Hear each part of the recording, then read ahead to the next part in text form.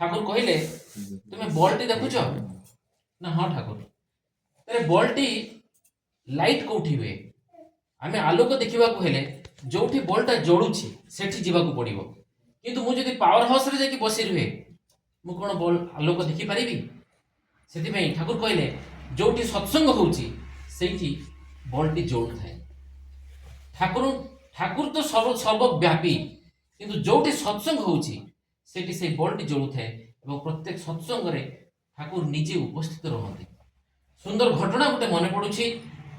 ଠାକୁର ଥିଲାବେଳେ ଜଣେ ଭାଇ ଆସିଛନ୍ତି ବମ୍ବେରୁ।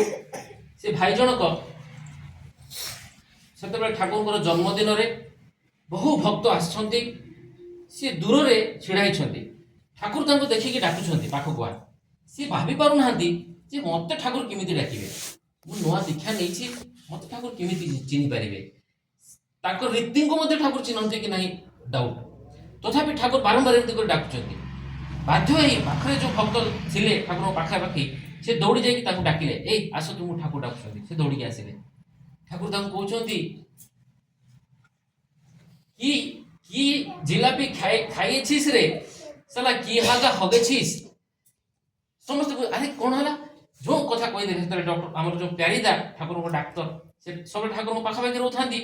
ସିଏ ସେତେବେଳେ ଧରି ନେଲେ କଥାଟାକୁ। ଆରେ ସେଦିନ ହଠାତ୍ କିଛି ନାହିଁ, ଠାକୁର ଖିଆପିଆ ଠିକ୍ କରିଛନ୍ତି, ତାଙ୍କର କୌଣସି ପ୍ରକାର ପେଟ ସମସ୍ୟା ନାହିଁ।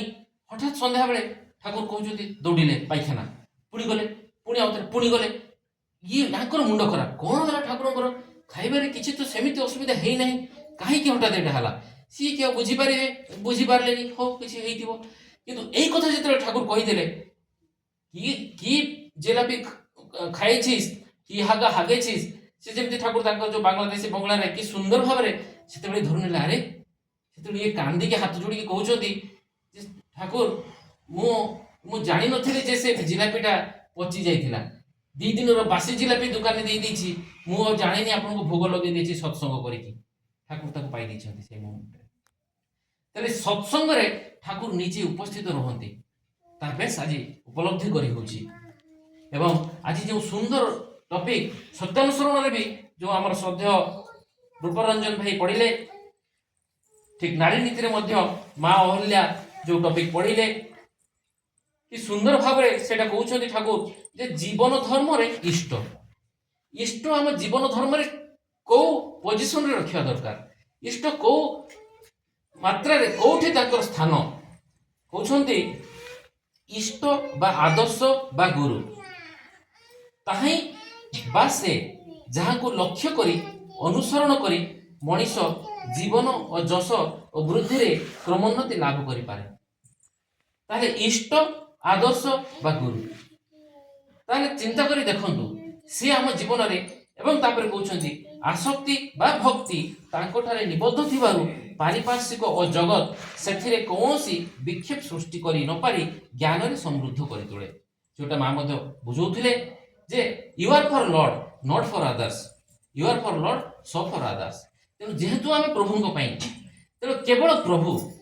ସେ ଯେଉଁ ଭକ୍ତିର କଥା ବୁଝେଇ ଯେତେବେଳେ ସେ କହୁଥିଲେ ଏଇ ବାସ୍ତବରେ ଭକ୍ତି କଥା ଆସିଲେ ପ୍ରଥମେ ମନକୁ ଆସିଯାଏ ଯେଉଁ ଯେଉଁ ପାର୍ଥପ୍ରତି ଭାଇ ମଧ୍ୟ ବୁଝେଇଲେ ଭକ୍ତ ହନୁମାନ, ଏବଂ ସେଇଭଳି ଯେଉଁ ଗୋପୀମାନଙ୍କର ଭକ୍ତି, ସେଇଭଳି ମେରି ମ୍ୟାଗଡାଲିନ୍ ବା ଆମର ଯେଉଁ ମୀରାବାଇ, ଏମାନଙ୍କର ଭକ୍ତି ଦେଖିଲେ ମାନେ ବିଶ୍ୱାସ କରି ହୁଏନି ଯେ ସେମାନେ ଜୀବନରେ କିଛି ଜିନିଷକୁ ସେମାନେ ପ୍ରାଧାନ୍ୟ ଦେଇନାହାନ୍ତି। ଯୋଉଟା ଠାକୁର କହିଲେ ତୁମର ଭକ୍ତି ହେବା ଦରକାର ପ୍ୟାସନ୍ ପରଭେଡିଂ।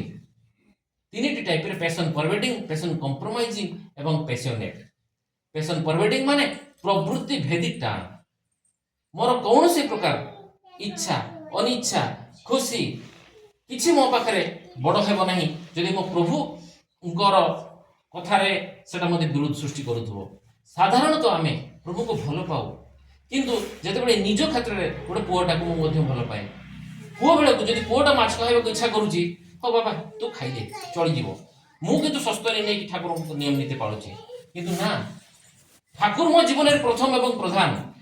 ଠାକୁର ଯଦି କହିନାହାନ୍ତି ତୁ ମୋ ପୁଅ ହେଇପାର, ତୁ ଯିଏ ହେଇପାର, ମୁଁ ସେ କଥା ମାନେ इवन तुम बाप थाई पारती आपण जदि मो बाप हमें से जदि मत इष्ट विरुद्ध कार्य करने को बाध्य करती पोलाइटली गोड़ धरिकी हो बुझे सुझे कि हो बापा यहाँ कले तुमर भी क्षति मोर भी क्षति तेणु चलतु आम समस्ते मिसी से प्रभुंर नियम नीति को मानिबा प्रथम हो तो से मानवे किंतु दिन आसब बहु उदाहरण अच्छी आम देखीचु दिन आसब से बापा से पुओ को ही कहे तु ही मोर बेस्ट पुओ कारण तू आज मत से पथरे आनी बोली आज मुझे बुझीपारि वास्तव में भक्ति कौन तेणु आम किंतु कौन करूँ से प्रभु को सेकेंडरी करदे से आमर स्वार्थ आमर प्रत्याशा आमर मान से ठाकुर जो कहीगले अर्थ मान जश इत्यादि पाइबा आशा मत ठाकुर सजाई भक्त हुआ ना आम किंतु कौन करूँ ये अर्थ मान जश इत्यादि पाइबा सेकेंडरी करदे काले मत पोजिशन मिल